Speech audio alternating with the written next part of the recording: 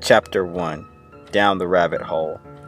Alice was beginning to get very tired of sitting by her sister on the bank and of having nothing to do.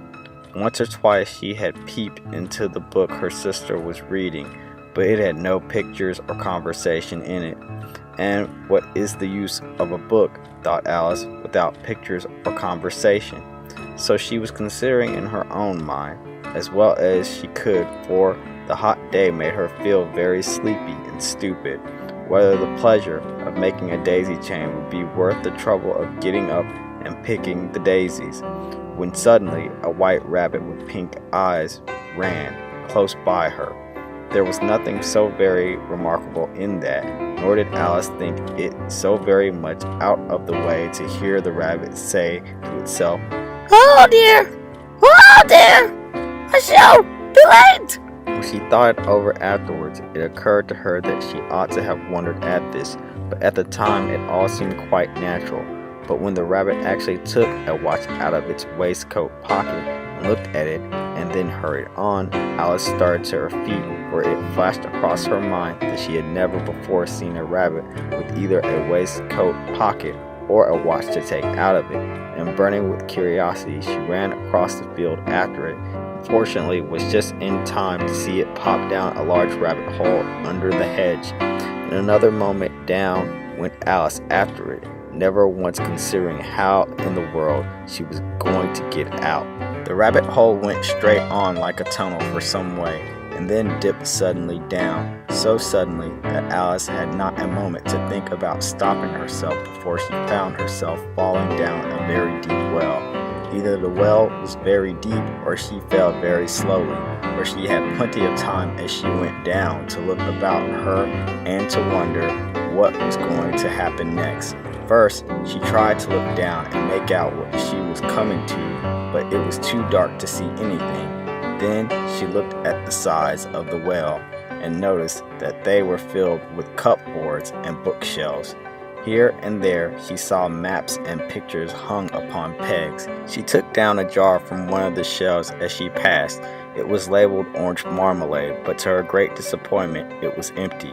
She did not like to drop the jar for fear of killing somebody, so managed to put it into one of the cupboards as she fell past it. "Well," Thought Alice to herself, after such a fall as this, I shall think nothing of tumbling downstairs. How brave they'll all think me at home. down, down, down. Would the fall never come to an end? I wonder, how many miles have I fallen by this time? She said aloud. I must be getting somewhere near the center of the earth.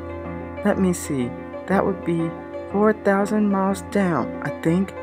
For you see, Alice had learned several things of this sort in her lessons in the schoolroom, and though this was not a very good opportunity for showing off her knowledge, as there was no one to listen to her, still it was good practice to say it over. Yes, that's about the right distance, but then I wonder what latitude or longitude I've got to. Alice had no idea what latitude was or longitude either, but thought they were nice grand words to say. Presently she began again. I wonder if I should fall right through the earth. How funny it'll seem to come out among the people that walk with their heads downward. The antipathies, I think. She was rather glad there was no one listening this time, as it didn't sound at all the right word. But I shall have to ask them what the name of the country is. You know, please, ma'am, is this New Zealand or Australia? And she tried to curtsy as she spoke. Fancy curtsying as you're falling through the air. Do you think you could manage it? And what an ignorant little girl she'll think me for asking. No, it'll never do to ask. Perhaps I shall see it written up somewhere. Down, down, down. There was nothing else to do, so Alice soon began talking again. Dinah will miss me very much tonight, I should think. Dinah was the cat. I hope they'll remember her saucer of milk at tea time. Dinah, my dear, I wish you were down here with me. There are no mice in the air, I'm afraid, but you might catch a bat, and that's very like a mouse, you know. But do cats eat bats? I wonder. And here Alice began to get rather sleepy, and went on saying to herself in a dreamy sort of way, Do cats eat bats? Do cats eat bats? And sometimes do bats eat cats? For you see, she couldn't answer either question. It didn't much matter which way she put it. She felt that she was dozing off and had just begun to dream that she was walking hand in hand with Dinah and saying to her very earnestly, Now, Dinah, tell me the truth. Did you ever eat a bat? When suddenly, thump, thump, down she came upon a heap of sticks and dry leaves, and the fall was over. Alice was not a bit hurt, and she jumped onto her feet in a moment. She looked up, but it was all dark overhead. Before her was another long passage, and the white rabbit was still in sight, hurrying down it. There was not a moment to be lost. Away went Alice like the wind, and was just in time to hear it say as it turned a corner, Oh, my ears and whiskers! How late it's getting! She was close behind it when she turned the corner, but the rabbit was no longer to be seen. She found herself in a long, low hall, which was lit up by a row of lamps hanging from the roof. There were doors all around the hall, but they were all locked, and when Alice had been all the way down one side and up the other, trying every door, she walked sadly down the middle, wondering how she was ever to get out again. Suddenly she came upon a little three-legged table, all made of solid glass. There was nothing on it except a tiny golden key, and Alice's first thought was that it might belong to one of the doors of the hall. But alas, either the locks were too large or the key was too small, but at any rate, it would not open any of them. However, on the second time round, she came upon a low curtain she had noticed before, and behind it was a little door about 15 inches high.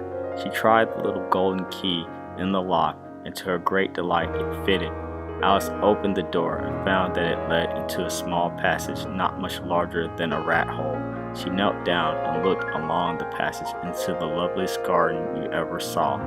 How she longed to get out of that dark hall and wander about among those beds of bright flowers and those cool fountains, but she could not even get her head through the doorway. And even if my head would go through, Thought poor Alice, it would be of very little use without my shoulders. Oh, how I wish I could shut up like a telescope. I think I could if I only know how to begin. For you see, so many out-of-the-way things had happened lately that Alice had begun to think that very few things indeed were really impossible. There seemed to be no use in waiting by the little door, so she went back to the table, half hoping she might find another key on it, or at any rate a book of rules for shutting people up like telescopes. This time she found a little bottle on it. Which certainly was not here before, said Alice, and round the neck of the bottle was a paper label with the words "Drink Me" beautifully printed on it in large letters. It was all very well to say "Drink Me," but the wise little Alice was not going to do that in a hurry. No, I'll look first, she said, and see whether it's marked poison or not. For she had read several nice little histories about children who had got burnt and eaten up by wild beasts and other unpleasant things, all because they would not remember the simple rules their friends had taught them, such as that a red-hot poker will burn you if you hold it too long, and that if you cut your finger very deeply with a knife, it usually bleeds. And she had never forgotten that if you drink much from a bottle marked poison, it is almost certain to disagree with you sooner or later. However, this bottle was not marked poison, so Alice ventured to taste it, and finding it very nice. It had in fact a sort of mixed flavor of cherry tart, custard, pineapple, roasted turkey, toffee, and hot buttered toast. She very soon finished it off. What a curious feeling, said Alice. I must be shutting up like a telescope. And so it was indeed. She was now only 10 inches high, and her face brightened up at the thought that she was now the right size for going through the little door into that lovely garden. First, however, she waited for a few minutes to see if she was going to shrink any further. She felt a little nervous about this. For it might end, you know, said Alice to herself, in my going out altogether like a candle. I wonder what I should be like then. and she tried to fancy what the flame of a candle is like after the candle is blown out, for she could not remember ever having seen such a thing. After a while, finding that nothing more happened, she decided on going into the garden at once, but alas for poor Alice. When she got to the door, she found she had forgotten the little golden key, and when she went back to the table for it, she found she could not possibly reach it. She could see it quite plainly through the glass, and she tried her best to climb up one of the legs of the table, but it was too slippery, and when she had tired herself out with trying, the poor little thing sat down and cried. Come, there's no use in crying like that, said Alice to herself rather sharply. I advise you to leave off this minute. She generally gave herself very good advice, though she seldom followed it, and sometimes she scolded herself so severely as to bring tears into her eyes, and once she remembered trying to box her own ears for having cheated herself in a game of croquet she was playing against herself, where this curious child was very fond of pretending to be two people. But it's no use now, thought poor Alice, to pretend to be two people. Why, there's hardly enough of me left to make one respectable person. Soon her eye fell on a little glass box that was lying under the table. She opened it and found in it a very small cake on which the words "Eat me" were beautifully marked in currants. Well, I'll eat it, said Alice, and if it makes me grow larger, I can reach the key, and if it makes me grow smaller, I can creep under the door. So either way, I'll get into the garden. I don't care which happens. She ate a little bit and said anxiously to herself, Which way? Holding her hand on top of her head to feel which way it was growing, and she was quite surprised to find that she remained the same size.